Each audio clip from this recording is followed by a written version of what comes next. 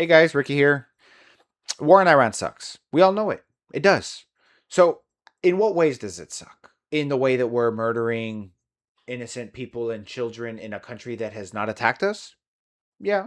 In the way that we're continuing to send billions of dollars overseas when we could be using those billions of dollars here in the United States for people that are actually paying taxes? Yeah.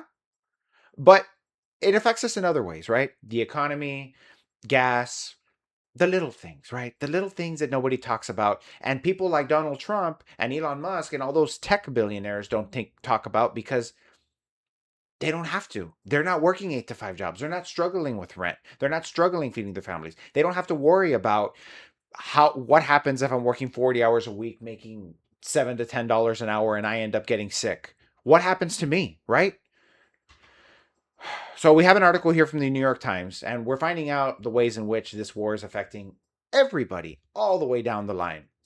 So mortgage rates jump again as the Iranian war affects ripple through the housing market. So the average rate on a 30-year mortgage in the United States hit 6.38%, the fourth increase since the war began. 6.38%. I mean, I drive a bunch of used vehicles. I don't even know if I would purchase a new vehicle at 6.38%. And that's a vehicle. We're getting to the point where people are going to have to start living in their freaking cars at the rate we're going because we're living we are living in an economy and a society where the only people that can afford land and develop it are land barons, are people that are owning fourplexes, multiplexes, townhouses. We are creating a new generation where people in my generation, Gen Z, is it Alpha and Beta, the younger kids, they're never going to know what owning a house is even like.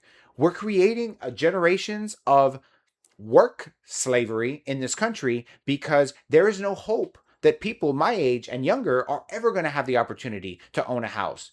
The only way we can is to borrow money, and at 6.38%, you're going to be in a perpetual hole. You're never going to be able to save for a retirement. You're never going to be able to do anything. You're never going to be able to take trips. You're not going to be able to enjoy life because of this freaking mortgage crisis. And this mortgage crisis isn't caused solely by the Iranian war.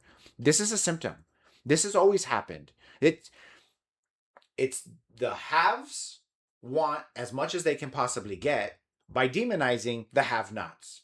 And they keep the have-nots as low as possible and as needy as possible so that the little tiny crumbs that we get as working people, we're supposed to just enjoy it and shut the hell up and say, well, I mean, one day it's possible. I mean, you could win. You could win the lottery of life. You could win the lottery of the American dream. And once you do, I mean, you don't want to be paying an estate tax on that. You know what I mean? But let's not go down that road. This is about how the Iranian war is affecting the mortgage crisis. Because if I start talking about,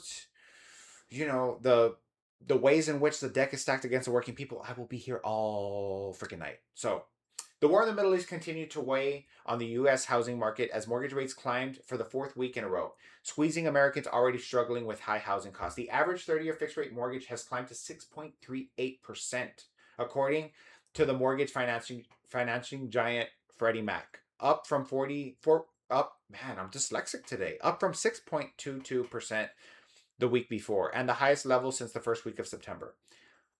Now, give it.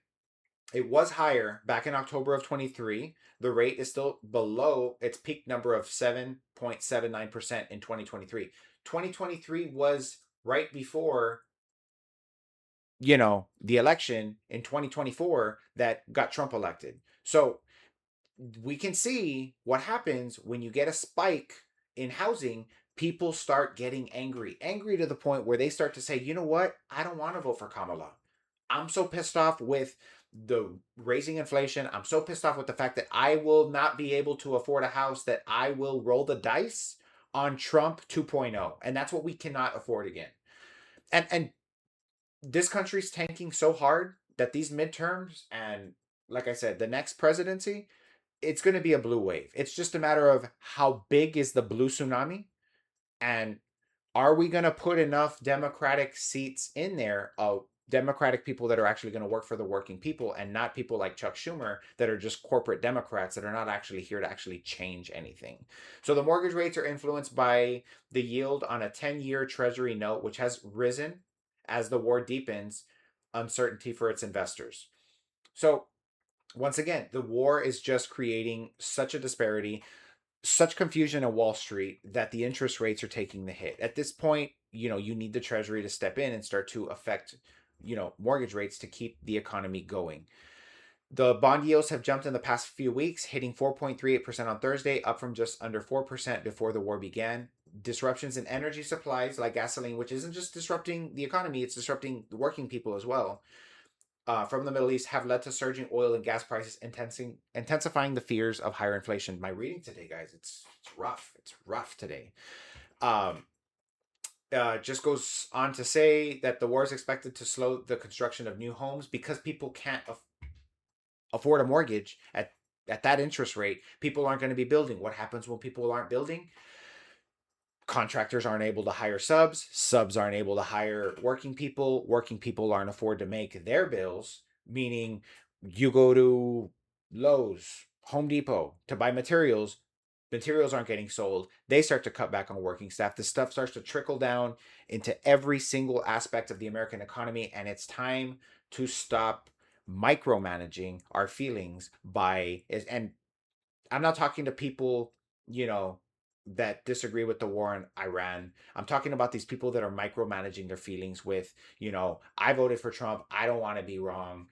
I'm doing good. And because I'm doing good, it doesn't matter that the rest of the country is suffering. You are micromanaging a macro problem. And this is a huge problem.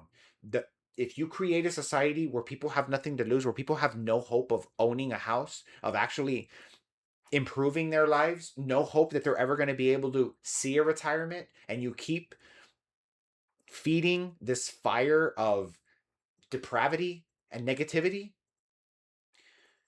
it's how revolutions start, guys. And I mean, if I know one thing about the liberals and the lefties, it's almost always going to be a peaceful revolution, but a change, it's got to come, and at this pace it's got to come really freaking quick. So just wanted to share that with you guys, because like I said, this war in Iran is just affecting everybody negatively. If you like this video, they got a lot more, feel free to like and subscribe. I'm pissing off I wouldn't say a lot of Trumpers, because I don't get that many views, but the few views I do get, I'm ruffling some feathers. So if you guys do like this video, please leave a like. I really appreciate it. And like I said, I got a lot of other videos coming, and quite a few already on the channel. So thanks for watching, guys.